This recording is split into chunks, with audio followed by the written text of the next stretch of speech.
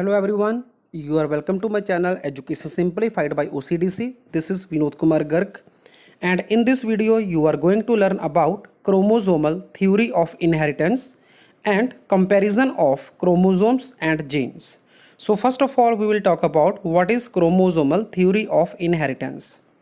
This theory was proposed by cytologist. Cytologist means cell की study करने वाला Walter Sutton and Theodore Boveri independently in 1902। दोनों ने ये थ्योरी इंडिपेंडेंटली दी थी 1902 में।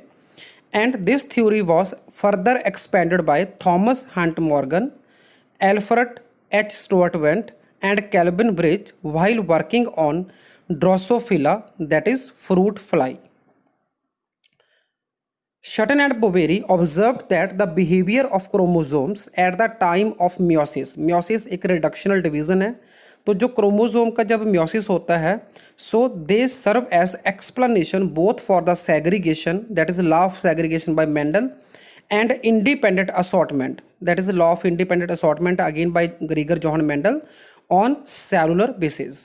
तो मतलब सेल के बेसिस पे दोनों ही लॉ मेंडल के जो लॉ ऑफ सेग्रीगेशन है and law of independent assortment है तो उनको एक्सप्लेन करता है मियोसिस जो है क्रोमोसोम्स का। ठीक है, so the chromosomes as well as genes occur in pair. Two allele of a gene pair are located on the homologous sites on homologous chromosomes. तो जो क्रोमोसोम होमोलोगस होता है तो उसके दो क्रोमेटिड होते हैं, दोनों के ऊपर दोनों एलील एक ही जीन के लोकेट होते हैं। Okay, so both genes and chromosomes occur in pair. तो अभी हम कंपैरिजन की बात कर रहे हैं क्रोमोसोम एंड जीन्स का।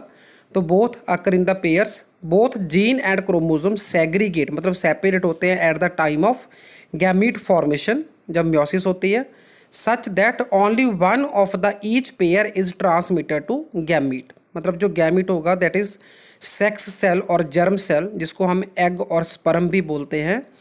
तो एग और स्पर्म में सिर्फ एक ही अलील जो है वो पास ऑन होता है, तो उसको मियोसिस बोलते हैं। Independent chromosome pair segregate independently of each other. जैसे हमारे अंदर जो क्रोमोसोम पेयर में एग्जिस्ट करते हैं तो एक पेयर जो सेग्रीगेट होगा वो दूसरे पेयर से इंडिपेंडेंट होगा। Similarly one pair of gene segregate independently of the another pair. Gene is located on chromosome, gene chromosome के ऊपर लीनियर फैशन में लगे होते हैं।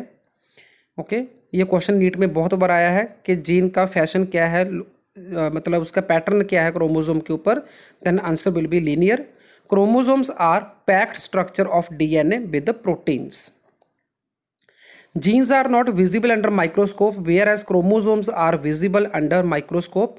ओके, तो हम क्रोमोसोम्स को स्टडी कर सकते हैं मेटाफेज स्टेज के अंदर, हम इसकी बेस्ट स्टडी कर सकते हैं। Single gene is a locus on chromosome. जो सिंगल जीन है वो उसकी खुद की एक स्पेसिफिक लोकेशन होती है क्रोमोसोम के ऊपर। ओके, लेकिन जो सिंगल क्रोमोसोम है वो बना होता है बहुत सारे जीन्स को मिलाकर। सो single chromosome we can say that comprises of many genes।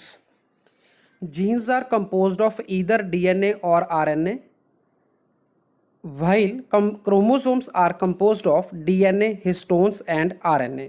तो हिस्टोन्स यहाँ पे क्या है कि DNA के साथ जो एसोसिएट प्रोटीन्स होती हैं, तो हमारे अंदर ये 5 होती हैं, H1, H2A, H2B, H3 and H4।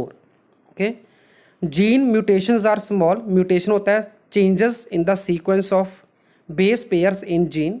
chromosomal mutations are relatively large। gene mutations lead to point mutation and frame shift mutation। इसकी टाइप्स है म्यूटेशंस की। म्यूटेशन मैंने आपको बताया कि चेंजेस होते हैं ये सीक्वेंस में, तो उसके कारण बहुत सारे जो हमारे अंदर प्रोटीन के स्ट्रक्चर है वो चेंज हो जाते हैं, क्योंकि अल्टीमेटली जो जीन अपने आप को एक्सप्रेस करते हैं वो प्रोटीन बनाकर करते हैं। ठीक है, तो जीन में म्यूटेशन होगा तो हमारी प्रोटीन के अंदर भी चेंजेस होंगे। सो जो जीन के अंदर म्यूटेशन है उसकी टाइप है, एक तो पॉइंट म्यूटेशन, दूसरी टाइप है फ्रेम शिफ्ट म्यूटेशन। ठीक है, और तीसरी टाइप है इंजर्शन, फोर्थ टाइप है डिलीशन।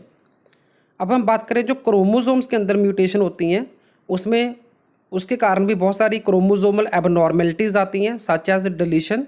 तो क्रोमोसोम में भी डिलीशन हो सकती है, डुप्लीकेशन हो सकती है, रीअरेंजमेंट हो सकता है, या फिर inversion of genes on the chromosome हो सकता है। So according to chromosomal theory of inheritance, all hereditary characters are carried with sperms and eggs. मतलब जो भी करेक्टर पेरेंट्स से नेक्स्ट जनरेशन में पास होते हैं वो स्पर्म और एग के साथ ही पास होते हैं। Okay, as they provide bridge from one generation to another generation. The hereditary factors are carried in the nucleus. तो जो हेरिडिटरी फैक्टर है वो न्यूक्लियस में है। तो न्यूक्लियस में क्या है, हमारे जीन्स हैं जो कि क्रोमोसोम के ऊपर लगे होते हैं, क्योंकि हमारे क्रोमोसोम न्यूक्लियस के अंदर हैं। ओके, तो तभी इसको बोला गया कि जो हेरिडिटरी फैक्टर है वो कहाँ पे है, वो न्यूक्लियस के अंदर है। Chromosomes are also found in the pairs like the Mendelian alleles. तो जैसे मेंडल के जो जीन है, जिसको मेंडल ने फैक्टर बोला था, उस जीन के 2 अलील होते हैं, वो पेयर में है, तो क्रोमोसोम भी पेयर में है। The 2 allele of the gene pair are located on homologous site on the homologous chromosome. जो मैं अभी आपको पीछे बता चुका हूँ इसी वीडियो के अंदर कि एक क्रोमोसोम के 2 क्रोमैटिड होते हैं, तो दोनों के ऊपर एक एक एलील जो है वो लोकेटेड होता है। The sperm and egg have haploid set of chromosomes. Sperm और एग जो है वो हमेशा हैप्लॉइड होते हैं, मतलब सिंगल सेट होता है क्रोमोसोम्स का। जैसे ह्यूमन के अंदर 46 क्रोमोसोम है, तो स्पर्म के अंदर 23 होंगे, एग के अंदर भी 23 होंगे। Which fuse to re establish the diploid state. मतलब जब एग और स्पर्म फ्यूज होंगे तो जो जाइगोट बनेगा उसमें again number of chromosome will be constant, that is 46। Okay, so किसी भी स्पीसीज में कांस्टेंट नंबर मेंटेन करने के लिए क्रोमोसोम्स का दोनों प्रोसेसेस की जरूरत होती है। वो है पहली meiosis, that is reductional division, and second is called fertilization. The genes are carried on the chromosome. Gene carry मतलब क्रोमोसोम के ऊपर लगे होते हैं लीनियर फैशन में। Homologous chromosomes synapse during meiosis and get separated to pass into different cells. This is the basis for in segregation and independent assortment. So इसका मतलब क्या हुआ कि at the time of meiosis जो chromosomes हैं वो separate हो जाते हैं। ओके, सेपरेट होने को हम सेग्रीगेशन बोलते हैं। तो उसके बाद ये नेक्स्ट गैमीट के अंदर ट्रांसफ़र हो सकते हैं इंडिपेंडेंटली, तभी उसको बोलते हैं सेग्रीगेशन एंड इंडिपेंडेंट असॉर्टमेंट। तो नेक्स्ट इमेज में आप देख पा रहे हैं कि कैसे ये मियोसिस होती है, कैसे सेपरेशन होती है। तो G1 और G2 फेज जो है सेल के अंदर, तो उसमें आप देख पा रहे हैं जो क्रोमोसोम है किस फॉर्म में एग्जिस्ट कर रहे हैं। पहले वो सिंगुलर है, फिर पेयरिंग फॉर्म में है, बाइवेलेंट बोलते हैं पेयरिंग फॉर्म को। मियोसिस 1 के एनाफेज के अंदर इसकी सेपरेशन स्टार्ट हो जाती है। मियोसिस 2 एनाफेज में इसकी सेपरेशन और ज़्यादा हो जाती है, ठीक है। और उसके बाद जर्म सेल बन जाते हैं सिंगल सिंगल वाले। तो आप देख पा रहे हैं जो येलो और ऑरेंज कलर में हैप्लॉइड गैमीट्स तैयार हैं, जिसको लिखा हुआ है जर्म सेल्स। तो जर्म सेल जिसको हम सेक्स सेल भी बोलते हैं, गैमीट भी बोलते हैं, एग और स्पर्म भी बोलते हैं। All are haploid having single set of chromosomes. Okay, so next हम बात करेंगे experimental verification of the chromosomal theory of inheritance.